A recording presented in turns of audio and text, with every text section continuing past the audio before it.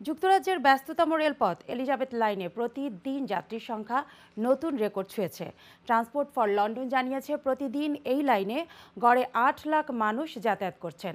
তবে যাত্রীর চাপ সামলাতে অবকাঠামো উন্নয়ন ও ট্রেনের সংখ্যা বাড়ানোর সময়ের দাবি হয়ে উঠেছে বলে মত বিশ্লেষকদের। বিস্তারিত দেখুন রিপোর্টে।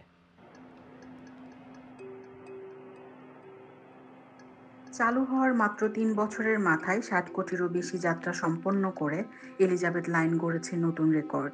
২০ বিলিয়ন পাউন্ড ব্যয়ে নির্মিত এই আধুনিক দ্রুতগামী ও স্বচ্ছন্দ রেলপথ ২০২২ সালের ২৪ মে চালু হওয়ার পর থেকেই লন্ডনের গণপরিবহনে এক অনন্য মাত্রা যোগ করেছে।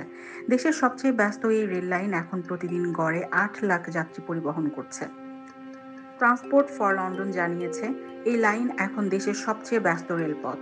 নগরবাসী ও যাত্রীদের সুবিধার্থে এলিজাবেথ লাইন সম্প্রসারিত এবং সময়ানুযায়ী ট্রেন পরিষেবা বাড়ানোর পরিকল্পনা রয়েছে।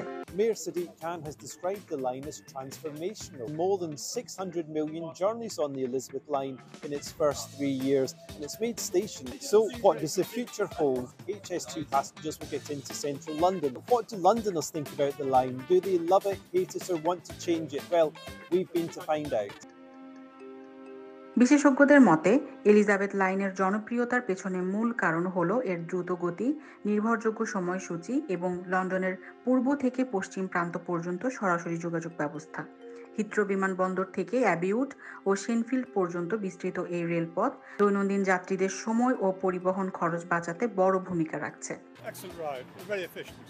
Well, it's perfect. It's clean in comparison to the undergrounds we went on this morning from Marylebone on the central line, which is dirty, hot, crowded, 100 times better. Firstly, there's AC, it's quite spacious, and it's quite quick.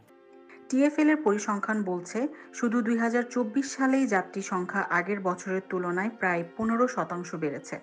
এই লাইনের সাফল্য British পরিবহন নীতির একটি বড় অর্জন হিসেবে দেখা হচ্ছে। জান্নাতুল মাওয়া, আয়ন নিউজ ডেস্ক।